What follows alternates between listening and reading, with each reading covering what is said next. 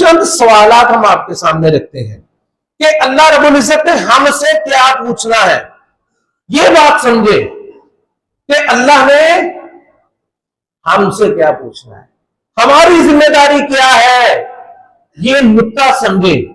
ایک تو یہ کہ جو کچھ پہلے لوگوں کے اعمال ہیں ان کے بارے میں ہم سے نہیں پوچھا جائے گا, اور ہمارے بارے میں ان سے نہیں پوچھا. ہم کس کے جواب دیں؟ ہم اپنے جواب دیں. اس لیے یہ ذہن میں رکھے کہ ہم سے کیا پوچھا جائے گا, ہم نے اس کا جواب دینا ہے. ایک بندہ میٹرک کے امتحان میں بیٹھا ہوا ہے, اس کو پریشانی, وہ ایم اے کے پیپروں کی تیاری کر رہا ہے یا ایم بی بی ایس کے پیپروں کی تیاری کر رہا ہے. وہ دیکھے یار ان کا پیپر بڑا مشکل آ رہا ہے, ان کے پیپر میں یہ ہوا. اور بھائی تم میٹرک کی تیاری کر لی ہے, تم نے تمہارے جو پیپر ہے تم نے اپنے سوالوں کا جواب دینا ہے. تم وہاں پہ جا کے پوری ڈاکٹری کی کتاب لکھو, تم پاس نہیں ہو سکتے. کیوں؟ وہ تمہارا سوال ہی نہیں, تم نے اپنے سوالوں کا جواب دینا ہے. تو دیکھیے چند سوالات ہم آپ کے سامنے رکھتے ہیں جن کا جواب ہم سے طلب کیا جائے گا.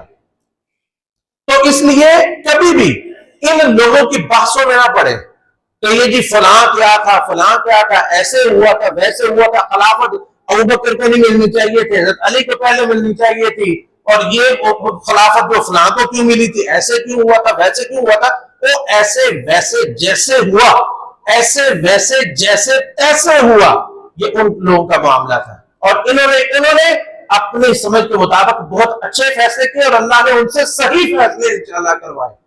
اللہ نے ان سے صحیح فیصلے کروائے. انہوں نے اپنے سوالوں کا جواب دینا ہے, ہم نے اپنے سوالوں کا جواب دینا ہے. مثلا نمبر 1, سب سے پہلے ہم سے کیا سوال ہوں گے؟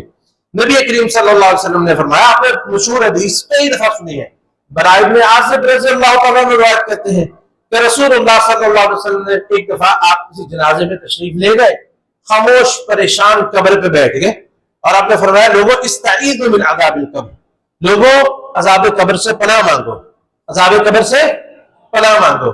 یہ لوگ آپ سے کبھی نہیں کہیں گے عذاب قبر سے پناہ مانگو, بلکہ ایسے جو متجدد ہوتے ہیں نا, یہ عذاب قبر کا ویسے انکار کر دیتے ہیں, یہ عذاب قبر کا ایسے انکار کر دیتے. استعیذوا باللہ من عذاب القبر, عذاب قبر سے سوال پناہ مانگو.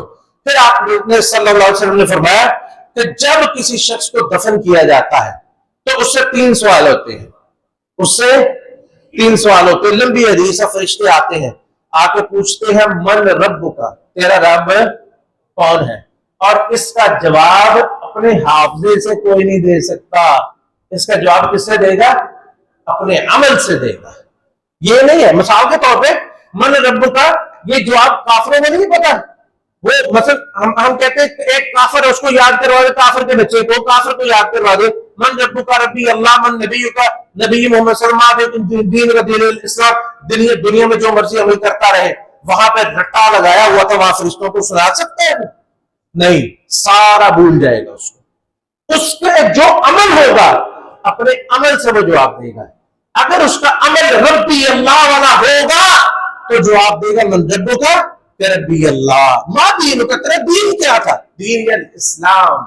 من نبی کا, تیرا پیغمبر کون؟ محمد صلی اللہ علیہ وسلم نبی. تو یہ جواب وہ دے سکے گا. اس لیے ان سوالوں کا جواب تیار کیجئے. ایک اسلام پہ چلیے, نبی کریم صلی اللہ علیہ وسلم کی اطاعت کیجئے, اور دین اسلام جو ہے اس کو سمجھیے اور اس کے مطابق عمل کیجئے. یہ کتنے سوال ہو گئے؟ 3 سوال. ان سوالوں, یہ سوال ہم سے پوچھے جائیں گے, اور آپ ان کے سارے دروس کھول کے دیکھ لیں. یہ فتنے باز کبھی آپ کو ان سوالوں کے بارے میں نہیں بتائیں گے. یا آپ کو کہیں گے اچھا معاویہ رضی اللہ کا حکم ہے, اس نے کیا کیا تھا, اور ایک ایسا خبیث, وہ کہتا ہے مر گیا مردود. کہتے ہیں علماء کے ساتھ بیٹھا, اس مجلس میں میں بھی قریبی تھا, حافظ مسعود عالم سے, اسدی صاحب تھے, حافظ شریف صاحب تھے. حضرت عثمان کے بارے میں بڑی بد زبانی کی. پھر کہتا ہے اچھا چلو میں ان کو چھوڑ دیتا ہوں, میں معاویہ کو کبھی نہیں چھڑنا. انا للہ و انا الیہ راجعون. اور معاویہ جس آنکھ نے اللہ کے رسول علیہ الصلوۃ والسلام کو دیکھا, جو آپ کا پہرے دار تھا, جو آپ کا کاتب وحی تھا, تم کون ہوتے ہو اس کے بارے میں پوچھنے والے؟ تو یہ سوالات ہیں جس کے بارے میں ہم سے پوچھا جائے گا. ما دینک، من نبیک، من ربک، یہ 3 سوال.